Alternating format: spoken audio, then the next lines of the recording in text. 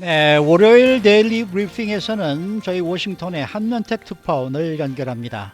안녕하십니까? 네, 안녕하십니까. 워싱턴입니다. 네, 낸시 펠로시 하원 의장이 이끄는 민주당 하원이 오늘 이 트럼프 대통령 탄핵 소추안을 상정을 했습니다. 네, 이러면은 아마 내일경에 표결이 지금 예상되고 있는데 분위기는 지금 현재 어떻습니까?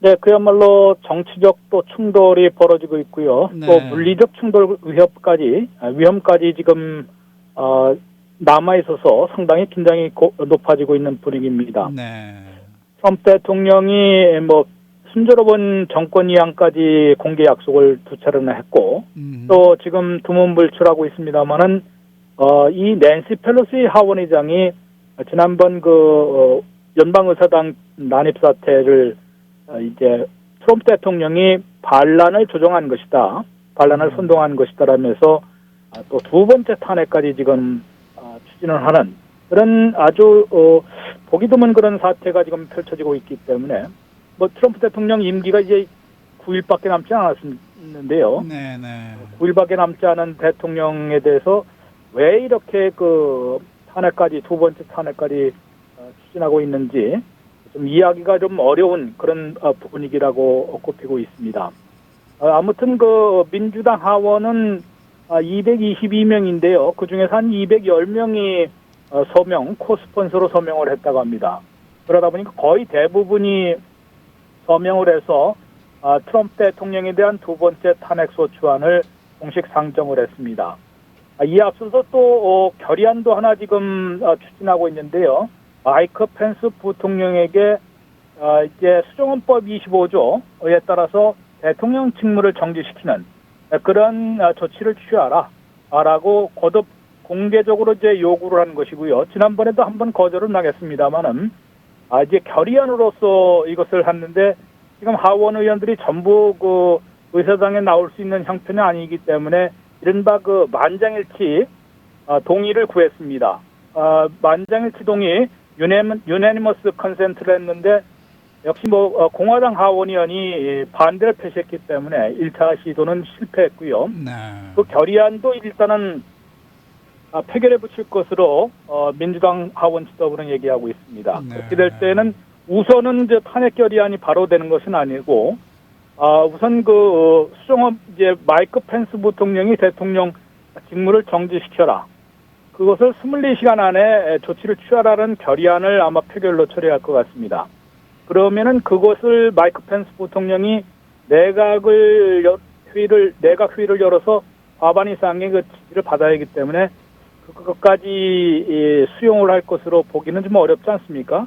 그러니까 24시간에 안 되면은 하원에서 이제 탄핵소추안을 가결시키겠다라는 것이 민주당 하원 지도부 낸시 펠로시 하원 의장의 보관인 것 같습니다. 그러다 보니까 이제 두 번째 하원 탄핵을 한 대통령이 당하는 그런 시기를 맞고 있는 것인데요. 아시다시피 지난 2019년 12월 18일에 하원에서 트럼프 대통령은 탄핵을 당한 바 있습니다. 두 가지 혐의, 권력남용과 의회 방해 혐의였었는데요. 그때도 완전히 당파적인 표결에 따라서 민주당 하원의원들은 2명 내지 3명만 반대를 했을 뿐 나머지 다 했고, 공화당 하원의원들은 또 1명도 찬성하지는 않은 바 있습니다.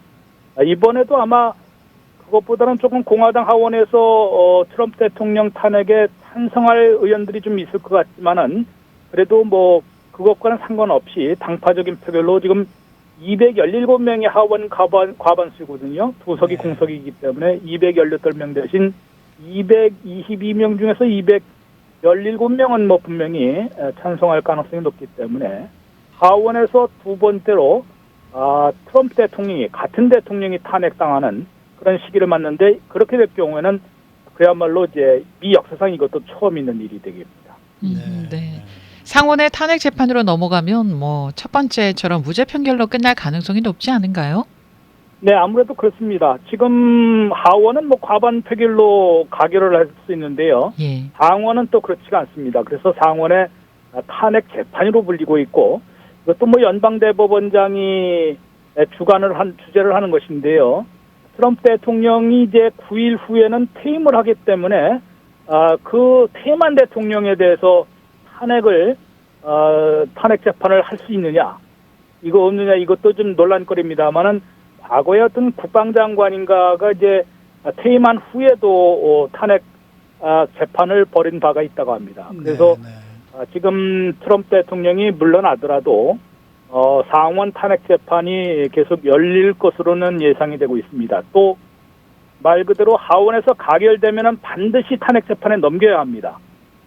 그렇기 때문에 상원 탄핵 재판이 열리는 것은 불가피할 것으로 보이는데요. 아시다시피 50대 50으로 지금 반분되는데 반분되는 그런 67명의 지지표가 있어야지만 트럼프 대통령을 최종 탄핵할 수가 있습니다.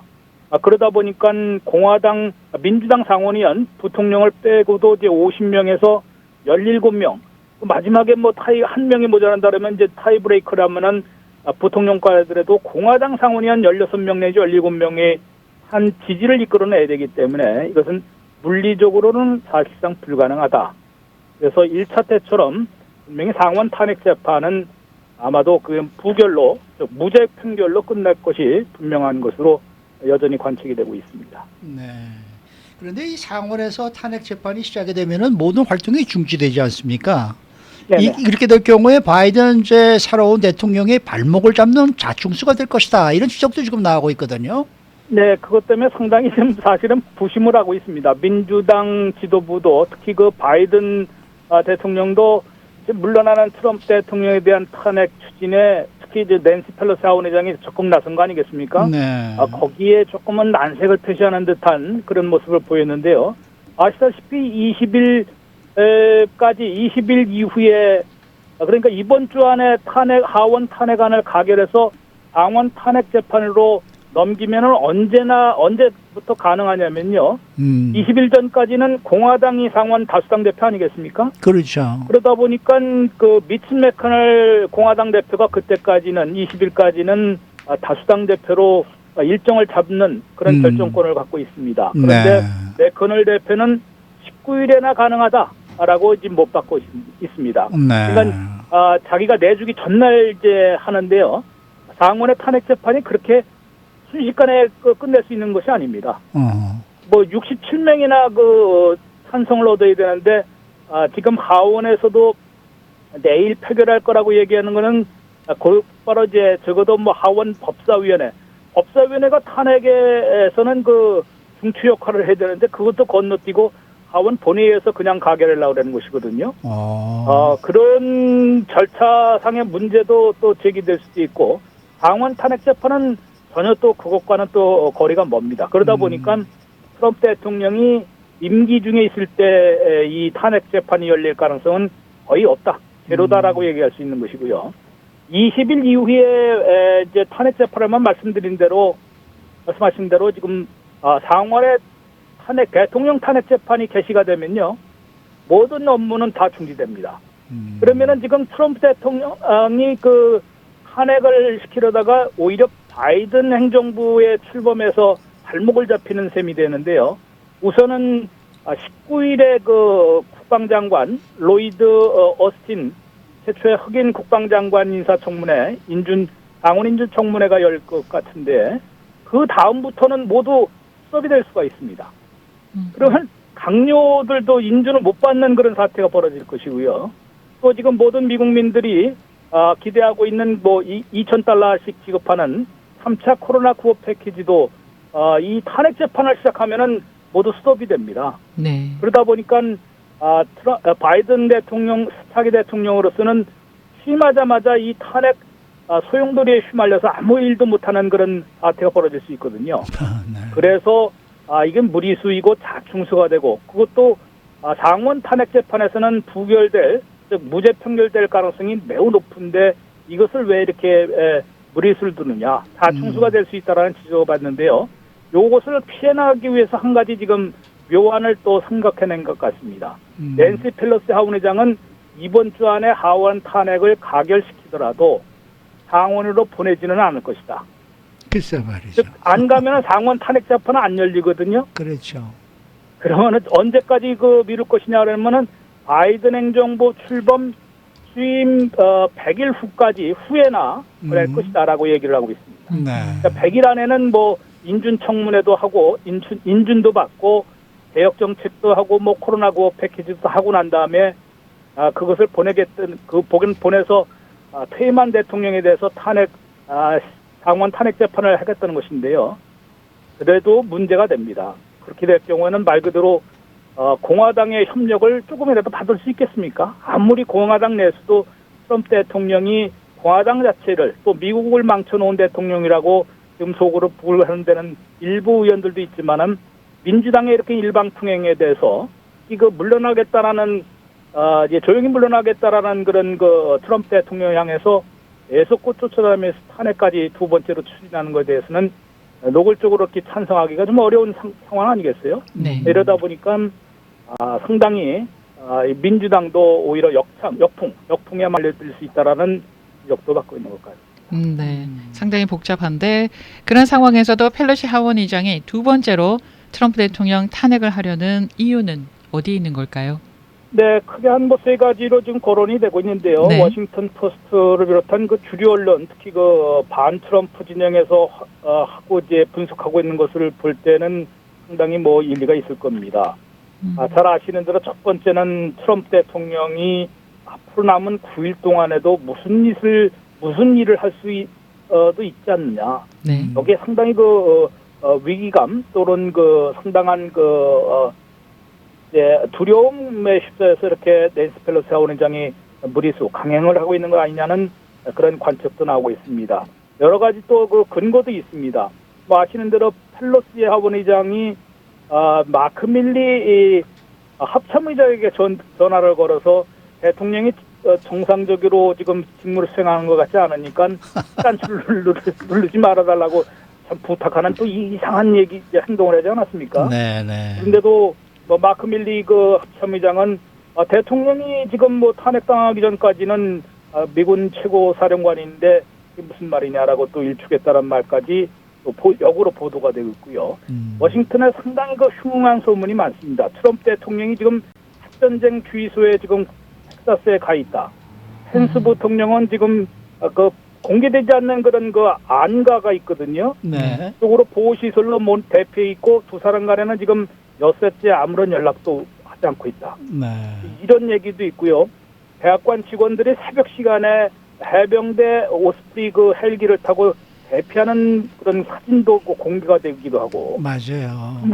상당히 지금 흉흉한 소문인지 진실인지 하여튼간 여러 말이 나오다 보니까 이게 펠로시 하원의장이 왜 이렇게 탄핵을 아주 긴박하게 왜 추진하고 있는지 상당히 오히려 두려워한다는 점을 반증해주고 있다라는 분석을 낳고 있는 것이거든요. 네. 그래서 뭔가 지금 트럼프 대통령 측에서 모든 정보를 공개해서 상당히 바이든의 아들 있지 않습니까? 헌터 바이든, 펠로시, 오바마, 힐러리 클린턴 아주 아킬레스건을 모두 공개할 것이라는 얘기도 나오고 있고요. 도대체가 지금 아주 혼란에 지금 빠져 있어서 그것에 대한 추측을 난무하게끔 만드는 그런 또 펠로시의 하원 트럼프 탄핵을 강행하는 그런 배경 아니냐라는 관측도 나오고 있습니다. 여기에 덧붙여서 지금 17일 날과 20일 날에는 민병대들까지 지금 대행진을 벌이겠다고 지금 공지를 하고 있거든요. 네. 그러니까 상당히 분위기도 좀 험악해지고 있고요. 나아가서 펠로시의 또 다른 세 번째 의도는 이 트럼프의 2024년 재출마까지 아주 막으려는 그런 포석이라는 관측도 나오고 있는데요. 왜냐하면은 지금 펠로시 하원의장이 추구하고 있는 것이 수정헌법 25조에 따라서 대통령 직무정지를 먼저 지금 추구하고 있는 거 아니겠습니까? 그렇죠, 그렇죠. 근데 펜스가 이것을 또 내각의 강요들 절반 이상이 찬성을 해야 되는데 그럴 가능성은 없을 테니까 자진 사임을 요구했습니다. 그런데 자진 사임하겠습니까? 그러면 또 탄핵을 하는데 탄핵도 마지막에 안 되거든요. 네. 근데 탄핵까지 된다면 상원에서 된다 그러면은 뭐를 하나 할 수 있냐면요. 모든 공직에 출마할 수 없는 그런 결의안을 또 하원에서 의회에서 가결시킬 수가 있습니다. 네. 그러면 2024년 대선 재출마도 다 미리 원천 봉쇄가 되는 것인데 그것이 모두 그 탄핵까지도 안 될 것이니까 퇴임 후에 트럼프 대통령을 이번 그 반란 선동 이런 혐의로 형사 기소할 가능성이 높습니다. 형사 기소해서 그게 유죄 판결을 받으면요, 이 자동적으로 공직 재출마가 안 됩니다. 그러니 이런 것까지 다 계산을 하고 하는 것 같은데, 그렇게 또 민주당이 일방 독주를 했다가는 말 그대로 또 공화당 진영, 특히 그 트럼프의 지지자들이 가만히 있겠습니까? 그렇죠. 그걸 오히려 결집시키는 결과가 되는 것이고요. 그럴 때는 상당히 바이든 행정부 출범 초기부터 아무것도 지금 할 수 없는 그런 사태로, 또 대혼란의 사태로 터질 수도 있고, 좀 전에 말씀드린 대로 어떤 아킬레스건이 어떻게 터져나올지 모르거든요. 바이든 대통령 본인이 아니더라도 그다음에 그 헌터 바이든의 그런 아주 추악한 모습이라든가, 또 다른 그 이번 뭐 선거 주장 같은 것도 근거가 또 나중에 튀어나올 수도 있습니다. 이러다 보면 아무것도 안 되고, 그렇게 되면은 뭐 적어도 2년 후 선거에서는, 중간 선거에서는 상하원은 모두 또 민주당에 빼앗기고 바이든 대통령은 또 아무 일도 못하는 그런 또 내임덕에 빠질 수 있는, 여러모로 아주 지금 한 치 앞도 내다보지 못하는 그런 아주 상당히 다급하고 위급한 그런 상황이 펼쳐지고 있는 것으로 보입니다. 네, 오늘 말씀 잘 들었습니다. 네, 고맙습니다. 네, 워싱턴 한면택 특파원이었습니다.